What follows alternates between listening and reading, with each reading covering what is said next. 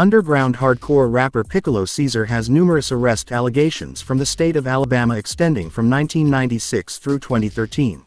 The arrest included drug distribution, robbery, destruction of government property, assault on law enforcement. These allegations led to his arrest in 1998 by Chief Roper in Birmingham, Alabama.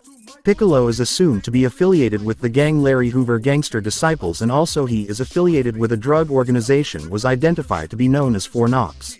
The state of Alabama identified this organization due to a drug raid where the narcotics agents collected music paraphernalia such as written lyrics and audio tape by head narcotics agent Lawrence Tate.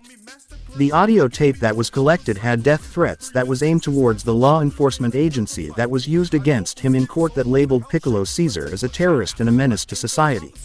Those words was quoted by Judge Gloria Bay Hackle in the Jefferson County State of Alabama court hearing in 2001. Pickalo Caesar, also known as the Mad Hatter.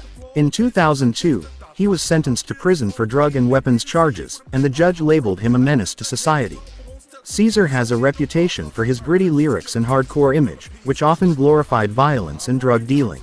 He is known for his provocative music videos. His music is popular among a subset of hip-hop fans who were drawn to his raw, unfiltered style. However, Caesar's rise to fame was short-lived.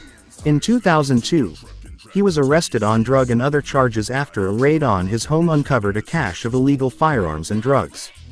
He was subsequently convicted and sentenced to 10 years in prison. The judge who sentenced Caesar was highly critical of his music and its impact on society. He cited the lyrics of his songs as evidence of Caesar's violent tendencies and his disregard for the law. The judge also noted that Caesar was a repeat offender with a history of criminal activity. Caesar's supporters, however, saw his imprisonment as a miscarriage of justice. They argued that his music was a reflection of the harsh realities of life in inner-city communities, and that he was being punished for expressing his honesty. They also pointed out that other artists who had similar lyrics and imagery in their music were not facing the same level of scrutiny and punishment. Despite his imprisonment, Caesar's legacy lives on.